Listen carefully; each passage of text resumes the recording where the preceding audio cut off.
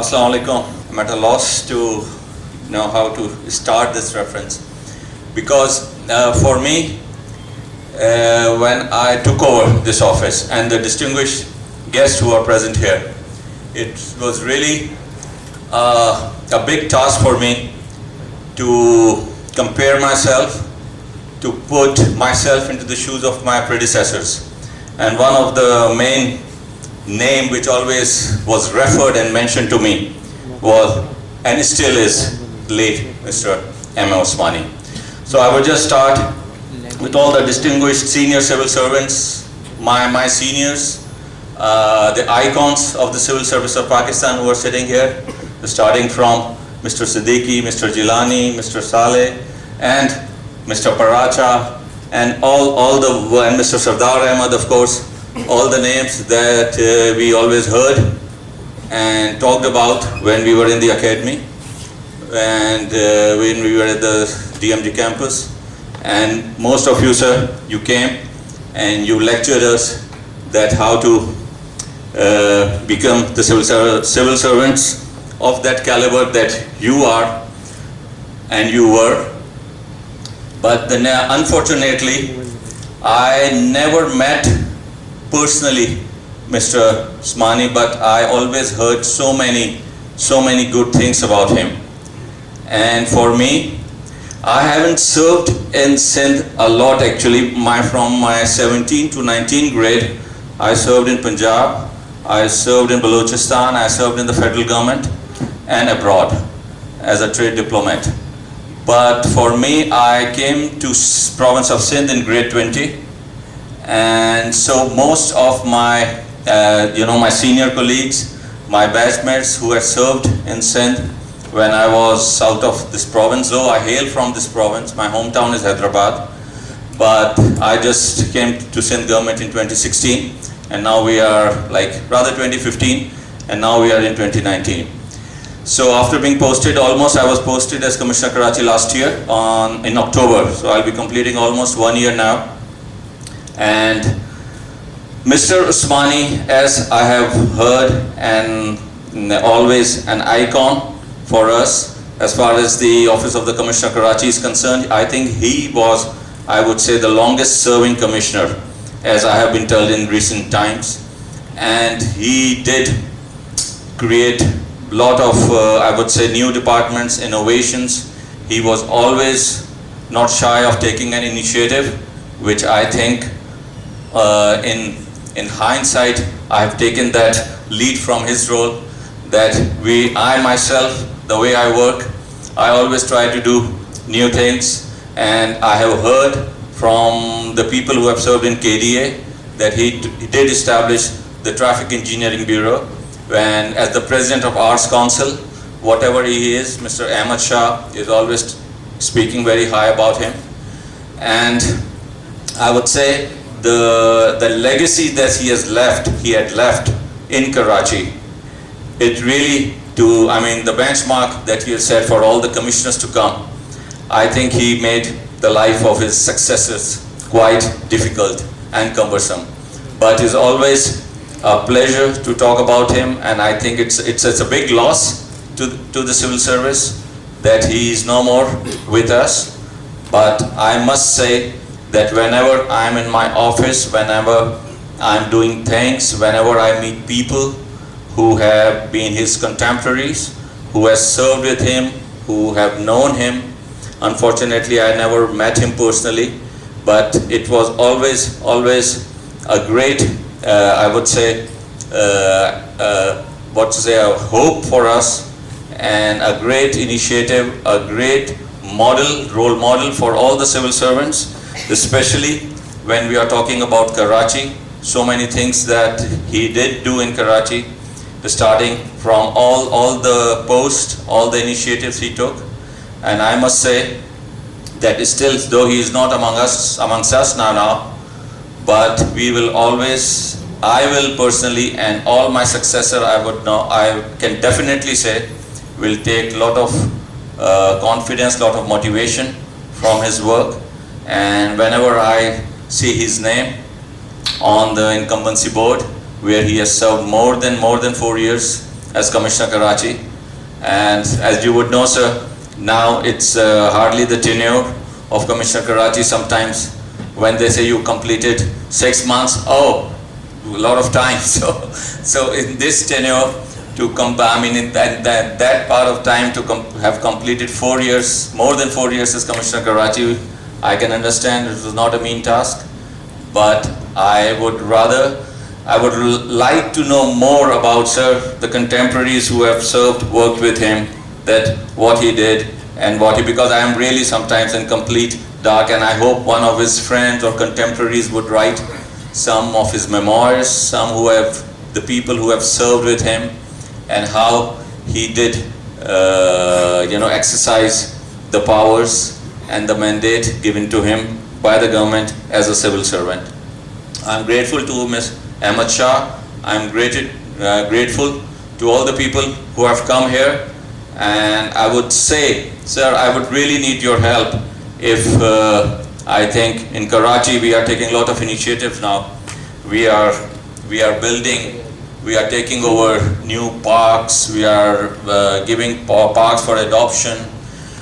Karachi has a lot of nameless streets, nameless avenues that we are trying to name, and at this juncture I would really take this initiative and I assure you that we must name a avenue or a street known as Mr. MM Usmani's Avenue or MM Usmani's Street, or we can make a monument as well in one of the leading parks of Karachi. That initiative I would love to take, and I am grateful to all of you to have given me this role to host you and to give the opening remarks for this starting this reference.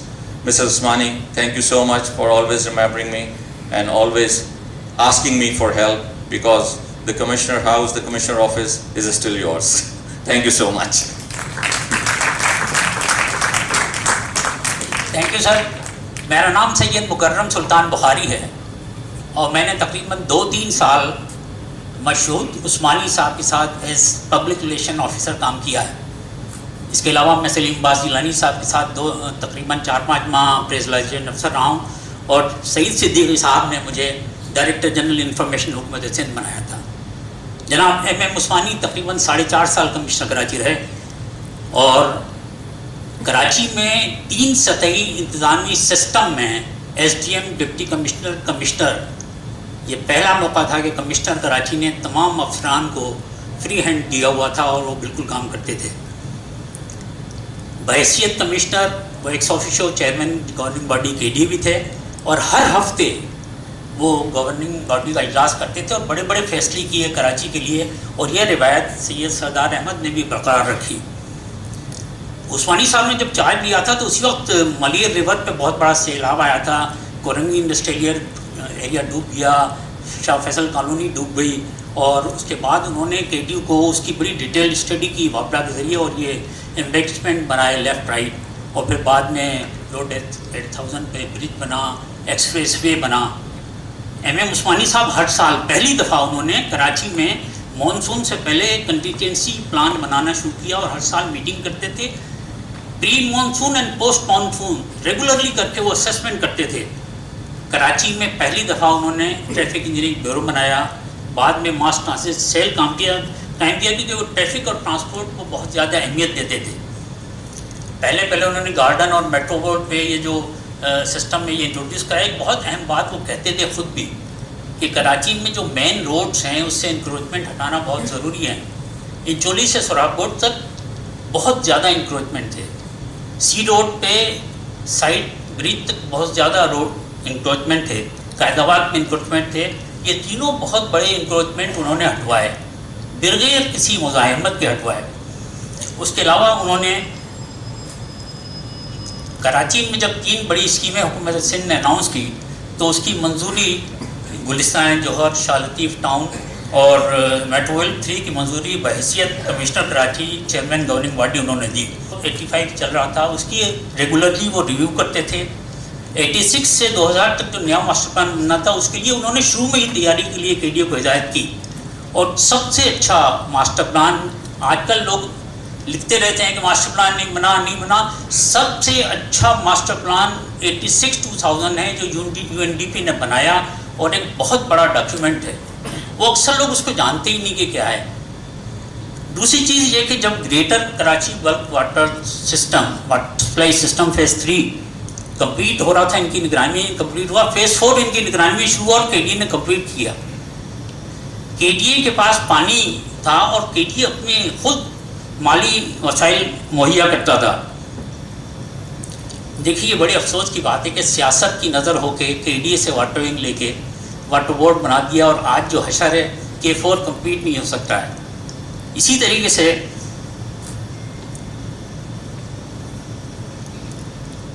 Karachi building control authority نامی کوئی ادارہ حکومت سندھ نے نہیں بنایا تھا. Karachi building control authority ناما ادارہ ماسٹر پلان کے ایک ذیلی شعبے کے طور پہ کے ڈی نے بنایا تھا, اور اس کی منظوری گورننگ باڈی نے دی تھی جس کی صدارت MM عثمانی صاحب نے کی تھی. اس کے علاوہ یہ تھا کہ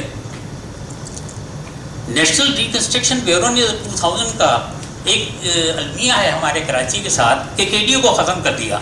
حتیٰ کہ جو NRB کا 2000 کا آرڈیننس ہے اس میں ڈیولپمنٹ اتھارٹیز ختم کرنے کا کہیں ذکر نہیں تھا, اور صرف سندھ میں ایک اسپیشل انیکٹمنٹ کے ذریعے آرڈیننس کے ذریعے Sindh dissolution of development authorities کے ذریعے KDA ختم کر دیا. آج KDA نہ ہونے کی وجہ سے جو انفراسٹرکچر کی کمی ہے یہ صرف اسی وجہ سے چل رہی ہے. KDA مسنگ ہے اس لیے کہ یہ ساری چیزیں اسی کی وجہ سے. ایک چیز وہ بتا رہے تھے جو وہ DC نواب شاہ تھے تو وہاں تاجروں نے ہڑتال کر دی. یہ دو انہوں نے مختلف چیزیں مجھے خود بتائیں اور میں نے بھی دیکھی. DC نواب شاہ تھے تو تاجروں کی ہڑتال ہوئی اور اسی وقت بیک وقت پولیس والوں نے بھی ہڑتال کر دی. تو وہ انہوں نے ان سے بات چیت کر کے اس ہڑتال کو ختم کرایا.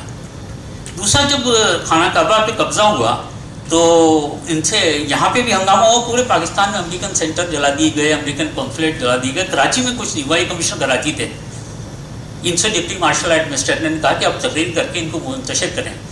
تو انہوں نے کہا یہ کام میرا نہیں, میرے کو بھیجیں. لیکن اس زمانے میں ڈپٹی کمشنر سعود جو تھے محمد شفیق صاحب کو انہوں نے کہا کہ بھئی یہاں پہ تو یہ جتنے بھی لوگ جذبے جہاد کے ساتھ موجود ہیں ان کو آپ ہوائی فائرنگ کریں, آنسو گیس چلائیں. تھوڑی دیر میں سب جوتیاں چھوڑ کے فرار ہو گئے اور کراچی میں سر امریکن سینٹر بھی محفوظ رہا اور کہیں کچھ بھی نہیں ہوا. بحیثیت چیئرمین پبلک سروس کمیشن انہوں نے مجھے بتایا بڑے میرٹ کے وہ تھے. اردو لیکچررز کی اسامیاں انہوں نے ایڈورٹائز کی تو اس میں پہلی پوزیشن ایک سندھی ہندو لڑکی نے دی اور اس کو انہوں نے لیکچرر اردو کا اپائنٹ کیا. آرٹس کونسل کے 4 سال ایکس آفیشو پریزیڈنٹ رہے لیکن الیکٹڈ وائس پریزیڈنٹ بھی رہے, اور یہ تھیٹر وغیرہ کا کام کا آغاز انہوں نے کیا تھا. اب میں درخواست کر رہا ہوں جناب چترا پریتم پینٹر رہے ہیں اور انہوں نے عثمانی صاحب کے ساتھ کافی کام کیا ہے. شکریہ. عثمانی صاحب کے لیے ایک شعر پڑھوں گا کہ مت سہل ہمیں جانو پھرتا ہے فلک برسوں تب خاک کے پردے سے انسان نکلتے ہیں. عثمانی صاحب ایک عظیم انسان کا نام ہے اور میرا جمیل نقش صاحب سے کوئی 30 سال سے تعلق تھا تو یقیناً عثمانی صاحب سے بھی 30 سال کا تعلق ہے. اور اس تعلق میں جمیل صاحب کا مین کردار تھا اور وہ اکثر سنڈے کو جمیل نقش صاحب کے پاس آتے تھے. پھر میوزیم کی بنیاد رکھی گئی تو اس کے چیئرمین عثمانی صاحب تھے, تو اس سلسلے میں میں اکثر ان کے دفتر جایا کرتا تھا. ان سے کافی باتیں بھی کرتے تھے مجھ سے, اور یوں ایک مرتبہ پولیس والوں نے میری موٹر سائیکل اٹھا کے باہر پھینک دی اور مجھے بھی. تو عثمانی صاحب کے پاس جب میں گیا تو وہ تنہا بیٹھے ہوئے تھے تو مجھے کہنے لگے اتنی دیر کیوں لگا دی. تو میں نے کہا سر یہ واقعہ ہوا ہے. تو میں نے کہا آئندہ میں نہیں آؤں گا آپ کے پاس. تو کہنے لگے تم گھبرا کیوں رہے ہو. ایک کارڈ نکالا اور اس پہ لکھا کہ چترا پریتم مجھے جانتا ہے, نیچے اپنے سینے چپکا دیے. اور میں اور خیر جیب میں رکھ لیا. لیکن یہ احساس کی بات ہے کہ میں ایک ادنا سا آدمی, انہوں نے میرے لیے اتنا بڑا جملہ لکھا. ادب سے اور پینٹنگ سے ان کو بہت محبت تھی اور ان کو جب بھی میں نے فون کیا انہوں نے میری بات سنی اور میں گائے بغیر ان کے پاس جاتا تھا. ایک مرتبہ میری گاڑی گن پوائنٹ پہ چھن گئی اور پولیس والوں نے اور محکمے نے مجھے بہت پریشان کیا. گاڑی بھی گئی اور محکمے نے بھی پریشان کیا. میں نے عثمانی صاحب کو ان کے پرسنل نمبر پہ فون کیا تو اس وقت میرے خیال میں وہ چیئرمین تھے تو کوئی کسی میٹنگ میں تھی, لیکن مجھے کہنے لگے تمہاری جو بات ہے مجھے بتائیں کیا مسئلہ ہے. تو میں نے جب ان کی بات ان کو بتایا تو انہوں نے پوری میری بات سنی اور اس کے بعد کہنے لگا اچھا تم گھر بیٹھے رہو. اور 5 منٹ کے بعد وسیم احمد صاحب کا فون آیا جو کہ اس وقت CCPO تھے. کہنے لگے عثمانی صاحب اسٹیل مل کے چیئرمین ہیں اور آپ ان کو نہیں تنگ کیجیے گا, پلیز مجھے فون کریں, یہ میرا پرسنل نمبر ہے. تو یوں میرا جو ہے وہ 1-2 دن میں میرا سارا مسئلہ حل ہوا اور اس کے بعد وہ میرے گھر پورے پروٹوکول کے ساتھ آئے, صرف میرا کانفیڈنس بحال کرنے کے لیے کہ تم پریشان کیوں ہو رہے ہو. تو میرے گھر پہ کھانا کھایا, جو کہ 2-2.5 کمرے کا مکان میں عثمانی صاحب اسٹیل مل کا چیئرمین اور ایک چھوٹے سے ایریے میں پورے پروٹوکول کے ساتھ آ رہے ہیں, اور انہوں نے میرا حوصلہ بڑھایا اور یقیناً اس کے بعد میں پرسکون زندگی گزارنے لگا. جمیل نقش کے جانے کے بعد ایک امید اور ایک آس تھی, اور وہ امید اور آس بھی ہم سے جدا ہو گئی. مجھے افسوس ہے عثمانی صاحب کے لیے. میں اللہ تعالیٰ سے دعا گو ہوں کہ اللہ تعالیٰ ان کی جوہر رحمت میں جگہ دے. ان کا ایک شعر اکثر میں نے ان کے منہ سے سنا, جو میں آج دہرانا چاہوں گا. پھول کی پتی سے کٹ سکتا ہے ہیرے کا جگر, مرد ناداں کے کلام میں نرم و نازک بے اثر. یہ عثمانی صاحب کا پسندیدہ شعر تھا جو اکثر سناتے تھے مجھے. میں ان کے گھر چلا جاتا تھا بغیر ٹائم لیے ہوئے, بیل دے دیتا تھا تو عثمانی صاحب بہت محبت سے ملتے تھے, کھانا ساتھ کھلاتے تھے, آرٹ پہ بہت گفتگو کرتے تھے, اور ڈفرینٹ طریقے سے آرٹسٹوں کی مدد بھی کرتے تھے. وہ آرٹسٹوں کی پینٹنگ خریدواتے تھے, خریدتے تھے. یہ بہت بڑی بات ہے کہ بعض آرٹسٹوں کو پتہ ہی نہیں ہوتا تھا. وہ جب ان کو پتہ چلتا تھا کہ یہ شخص ضرورت مند ہے تو ان کی پینٹنگ خرید لیا کرتے تھے. ان کی مدد کرنے کے طریقے بالکل ڈفرینٹ تھے, اور ایک اچھا انسان ہمیشہ اس کی کمی رہے گی. اور میں سمجھتا ہوں کہ میں ان کو اپنے پیرنٹس میں دیکھتا ہوں اور ان کی کمی محسوس کرتا ہوں. بعض دفعہ یہ ہوتا ہے کہ رشتہ داری کی بنیاد پر, تعلقات کی بنیاد پر, یا کچھ اور بنیادوں کے سبب لوگ اپنے کام بڑی شخصیات سے نکلواتے ہیں. میرے بھی کام بہت سے عثمانی صاحب سے نے نکالے, لیکن جیسا میں نے عرض کیا وہ اس نوعیت کے تعلقات نہیں تھے. لوگوں کا خیال یہ ہے کہ میری اور ان کی شکل میں مماثلت تھی. اس تصویر کے ساتھ تو میں نہیں مل رہا ہوں, لیکن جس دور کا یہ ذکر ہے اس میں لوگوں کا خیال یہ تھا کہ میں ان کا ہم شکل ہوں. زبیدہ جلال صاحبہ جو فیڈرل ایجوکیشن منسٹر تھیں اس وقت بھی ہیں. ان کے ہاں ولادت ہوئی, میرے ادارے نے کہا کہ بھائی کوئی پیکیج بنا کے لاؤ. پہلے تو پتہ نہیں چل رہا تھا کس ہاسپٹل میں ہوا ہے, مگر بعد میں ساؤتھ سٹی ہاسپٹل کا پتہ چلا. میں وہاں چلا گیا اپنی ٹیم کو لے کے, مگر وہاں سب مکر گئے, کہنے گئے نہیں یہاں اس نام کی کوئی خاتون نہیں ہے اور یہاں کوئی ولادت نہیں ہوئی ہے. میں بہت تعجب میں رہا کہ کیا بات ہے. باہر نکل آیا تو اسی دوران کوئی آرمی کی جیپ وہاں آ کر رکی, اور 2 آرمی کے جوان ایک بوکے لے کر ہاسپٹل کے اندر جانے لگے. میں نے کہا یہ کچھ ہے معاملہ. میں ان کے پیچھے ہو لیا, لفٹ میں بیٹھ گیا, اوپر چلا گیا. وہ لوگ اندر چلے گئے, بوکے پیش کیا, واپس آ گئے. اب میں تذبذب میں کہ میں کیا کروں. اس دوران کوئی صاحب آئے تیزی سے, ارے عثمانی صاحب آپ کیسے؟ میں نے کہا نہیں سنیے, آپ سنیے. کہنے لگا ارے کیوں آئے؟ میں نے کہا آیا ہوں زبیدہ جلال صاحبہ کے پاس. ان کا آ جائیے. مجھے اندر لے گئے. وہاں سے سامنے سے ایک خاتون آئی, وہ ان کی بہن تھی, بعد میں معلوم ہوا. ان کا آپ کون ہیں, کیوں آئے ہیں, کیسے؟ میں نے کہا میں میڈیا کا ہوں اور کوئی بات کرنا چاہتا ہوں. ان کا نہیں جائیے یہاں سے, چلیں. زبیدہ جلال صاحبہ نے سن لیا, وہ پھر میری بات سن لی, گفتگو ہو گئی, تصویریں ہو گئی, میں آ گیا. تو اس طرح گویا عثمانی صاحب نے نہ جانتے ہوئے, موجود نہ ہوتے ہوئے میری مدد فرمائی اور میرا ایک پیکج تیار ہو گیا. اسی طرح جب یہ فیڈرل منسٹر آف ایجوکیشن تھے تو اسلام آباد میں کوئی انٹرنیشنل کانفرنس تھی. کراچی سے بھی کچھ لوگوں کو جانا تھا, منتخب ہونا تھا. میں نے بھی ایک اپنی اپلیکیشن ڈال دی, لیکن امکان نہیں تھا کہ مجھے وہاں کے لیے منتخب کیا جائے گا.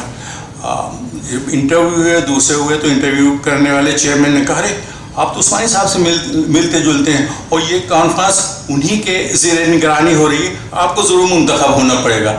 تو اس طرح بھی عثمانی صاحب نے میری مدد فرمائی اور میں وہاں چلا گیا. اس کانفرنس میں یہ ہوا کہ بہت سے لوگوں نے کہا ارے دیر از 2 Usmanis, اور مجھے کوئی اچھی خاصی وہ مل گئی, وہاں پذیرائی مل گئی اور میں وہاں شریک رہا. بعض موقعوں پر میں اسٹیج پر بھی رہا. اسی طرح ایک آصف نورانی صاحب ہیں, ڈان گروپ میں ہوتے ہیں, حمید ہارون صاحب کے بہت قریب ہیں وہ. تو محتب پیرس میں ایک کوئی کانفرنس تھی تو میں بھی گیا اور پیچھے جا کے تو وہ تیزی سے آئے آصف نورانی صاحب, اور ان کا رہے عثمانی صاحب آئیے آئیے آگے آئیے. میں نے کہا میں عثمانی نہیں ہوں. کہتے آئیے آئیے آئیے. تو حمید ہارون صاحب اوپر اسٹیج پر تھے, وہ اوپر لے آئے کہ عثمانی صاحب آئے, عثمانی صاحب آئے. میں نے کہا میں عثمانی نہیں ہوں. ان کا بیٹی تھی, وہ اوپر ہی بٹھا لیا. تو عثمانی صاحب سے واقفیت نہیں, ملاقات نہیں, تعلق نہیں, لیکن کیسے انجانے طریقے سے عثمانی صاحب میری کہیں نہ کہیں کسی نہ کسی طرح. تو یہ بڑی ان کی عظمت ہے. سینس سیکریٹریٹ میں میرا جانا ہوتا ہے تو ایک لفٹ ہے جو بڑے آفیسرز کے لیے, سیکریٹری صاحبان کے لیے ایک لفٹ ہے. تو وہ تیزی سے لفٹ میں آج بھی ایسا ہوتا ہے, وہ میری طرف آتا ہے آئیے آئیے آئیے سر آئیے آئیے. اور مجھے لفٹ میں جو عام لوگوں کے لیے ہوتی ہے جس میں بہت رش ہوتا ہے, اس کی بجائے مجھے ایسی لفٹ میں سوار ہونے کا موقع مل جاتا ہے کہ میں وہاں پہنچ جاتا ہوں جہاں مجھے جانا ہوتا ہے. تو عثمانی صاحب کی گریٹنیس, اور میں بہت چھوٹا معمولی سا آدمی, لوگوں کو کہنا ہے کہ میں ان سے ملتا جلتا تھا. تو ملتا جلتا ہونے یا ہم شکل ہونے میں اس طرح کے بھی واقعات زندگی میں آتے ہیں جیسا کہ میرے ساتھ ہوئے ہیں. اور یہ میری زندگی کا بہت بڑا سرمایہ ہے کہ میں ایک بہت معمولی, بہت چھوٹا اور بہت کم تر درجے کا انسان اور ایک بہت بڑے آدمی کے ساتھ کسی طرح لوگوں کے خیال کے مطابق مماثلت تھی, ہم شکل ہونا تھا. تو مجھے کہاں کہاں جو ہے مرتبے نہیں ملے اور کہاں کہاں مجھے موقع نہیں ملے. میں ان کے لیے بہت عقیدت کا اظہار کرنا چاہتا ہوں اور یہ کہنا چاہتا ہوں, دست گل چینے ازل تو اس سے کیسی نادانی ہوئی, پھول وہ توڑا جو گلشن بھر کی نادانی ہوئی. آپ نے سماعت فرمایا, بہت شکریہ. شکریہ. اب میں جناب عمران شیروانی صاحب سے ملتمس ہوں کہ تشریف لائیں.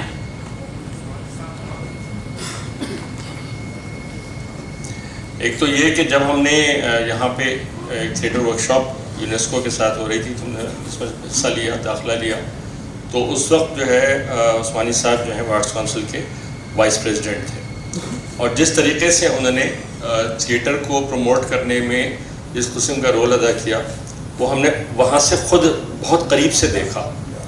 ایسا نہیں تھا کہ عثمانی صاحب کو کوئی تھیٹر سے کوئی ایسا تعلق تھا کہ وہ کوئی تھیٹر ایکٹیوسٹ رہے ہوں, ایسا کچھ نہیں تھا. لیکن اگر کوئی کہہ سکتا ہے کہ آؤٹ آف دی وے جا کر کسی آدمی نے کراچی کے تھیٹر پر کوئی احسان کیا ہے تو ایم ایم عثمانی, اور وہ کسی تھیٹر کے ایکٹیوسٹ نے, کسی ڈائریکٹر رائٹر نے انفارچونیٹلی نہیں کیا. ہمارے یہاں بہت ٹیلنٹ تھا, سب کچھ تھا, اور اس زمانے میں ہم لکھتے بھی تھے اس بات کو کہ ہمارے پاس کوئی جگہ نہیں ہے کرنے کو. یہ جو ہمارا اے سی آڈیٹوریم ہے اس کے لیے جگہ پہلے سے مختص کی گئی تھی اور مسلسل کہا جاتا تھا کہ اس کی فنڈنگ آ جائے گی اور وغیرہ وغیرہ. مجھے یاد ہے عثمانی صاحب نے ایک پریس کانفرنس کی تھی جس میں ایک صحافی نے ان سے پوچھا کہ صاحب یہ آپ لوگ اعلان کر رہے ہیں, یہ بنتا بنا تھا تو نظر نہیں آتا. انہوں نے کہا دیکھیے آرٹس کونسل میں 2 لابیز ہیں, آپ جانتے ہیں, ایک ہم لوگ ہیں اور ایک وہ ہے جس کو لیڈ کرتے ہیں فاطمہ سریا بجیا صاحبہ, اور بجیا صاحبہ وہاں بیٹھی ہوئی تھی. انہوں نے کہا یہ بھی ہمارے ساتھ ہیں, اس ایک موضوع پر ہم میں کوئی تقسیم نہیں ہے اور ہم یہ بنوائیں گے.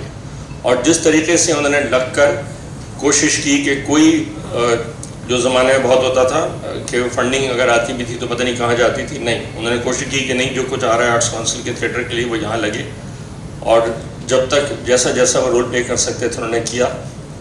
اور ہم لوگ جو اس وقت نوجوان تھے, پرانی بات ہے خاصی, ہم لوگ جب تھیٹر کرتے تھے تو ہمیں انکریج کرنا کہ آپ آئیے اور یہاں پہ کام کیجئے. یہاں پہ بہت سے لوگ ہم سے کہتے تھے کہ جی یہاں تو آپ کو پہلے بکنگ کرنی پڑے گی. عثمانی صاحب نے ان سارے ینگ اسٹوڈنٹس کے لیے جو آرٹس کونسل سے پڑھ کے نکلے تھے ان کے لیے کہا کہ نہیں, ان کو ریہرسل کے لیے پوری اجازت ہے اور ہم کو پورا موقع ملا کہ ہم کراچی میں تھیٹر کی سرگرمیوں کو بڑھا سکیں. پھر ایز اے جرنلسٹ میں نے ان سارے ایشوز کو خاص طور پر آرٹس کونسل کو کور کیا. مجھے یاد ہے ایک دفعہ میری سٹوری جو ہے آرٹس کونسل میں بہت سے لوگوں کو بہت زیادہ ہارش لگی, اور یہ بہت کہا گیا کہ جی اس کا ڈینائل بھیجا جائے, اس میں کلیریفیکیشن بھیجی جائے, اور بہت سے دوست یہاں موجود ہیں جو مجھ سے سینئر بھی ہیں جو اس واقعے کے گواہ ہیں, اور عثمانی صاحب نے کہا کہ جو کچھ لکھا ہے وہ سچ ہے, ہم کیسے ڈینائل بھیجیں, ہم ڈینائل نہیں بھیجیں گے. اور اس کے بعد بہت سے لوگوں نے کوشش کی کہ بہت سے ہم جیسے صحافیوں کا یہاں داخلہ بھی بند ہو. عثمانی صاحب بس 1% جنہوں نے ہماری یہ جو رائٹ آف فری ایکسپریشن تھا اس کو سپورٹ کیا, اور ہم یہاں آتے رہے اور ہم کور کرتے رہے ایشوز کو. ایسے لوگ بہت کم ہوتے ہیں, ایسے لوگ نہیں ہوتے ایکچولی ہمارے. اگر ہم اب دیکھیں, لوگ بغیر اپنے کسی انٹرسٹ کے آگے بڑھ کے دوسروں کا ہاتھ پکڑیں. ہم نے جو تھیٹر پلیز کیے اس میں کچھ بہت اچھے کیے اور کچھ نہایت فضول کیے, اور عثمانی صاحب نے ہر ایک میں ہماری مدد کی. یہ نہیں کہ بہت اچھا پلے کر رہے ہو تو اس میں تو سب لوگ آ جاتے ہیں سپورٹ کرنے آپ کو, یا آپ کوئی ویک اور کمزور اور خاصا تھکا ہوا کام کر رہے ہو تو اس میں کوئی کھڑے ہو کہ آپ کی کمر تھپ تھپائے کہ کوئی بات نہیں, آپ کرتے رہیں, بہتر کر ہی لیں گے. عثمانی صاحب was one that kind of a person جو کمزور کا ساتھ دیتے تھے. آج اگر کراچی میں تھیٹر زندہ ہے اس لیے کہ اس میں عثمانی صاحب نے زندگی پھونکی تھی, اور میں اس وجہ سے میں کہتا ہوں کہ میں خاص طور پر ان کا شکریہ ادا کرنا چاہوں گا. جو کچھ انہوں نے کیا کراچی میں تھیٹر کے چاہنے والوں کے لیے, اس سے بڑھ کر کوئی کچھ نہیں کر سکتا. شکریہ. شکریہ عمران شیروانی صاحب. اب میں گزارش کر رہا ہوں محترمہ صوبیہ نقش سے کہ تشریف لائیں. Thank you Arts Council Karachi for organizing a memorial to pay homage to a wonderful person, Mr. MM Usmani, and also for honoring me with an opportunity to share my thoughts for Usmani uncle. I'm Sobia Naqsh, niece of Jamil Naqsh and director of Jamil Naqsh Museum. I'm here on behalf of Jamil Naqsh family and would like to share both some memories of the friendship between Usmani uncle and Jamil Naqsh, which we all children have witnessed while growing up, and the role of Usmani uncle in the establishment of Jamil Naqsh Museum. Usmani uncle and Jamil Naqsh first met at the funeral of Ahmed in 1979, and after a few days, with their Shah Bukhari, MM Usmani came to meet Jamil Naqsh at his residence. That was the start of a very deep friendship which had a very strong bond of mutual admiration, understanding and utmost respect for each other for 40 years. Usmani uncle was a very quiet, humble, soft, generous and selfless person. I remember my cousin Asim once narrated to us as he had a flat tire and he went to the tire shop for the repair. People knowing Asim can vouch that he is a great conversationalist. Thus he ended up talking to the puncture wala, and the discussion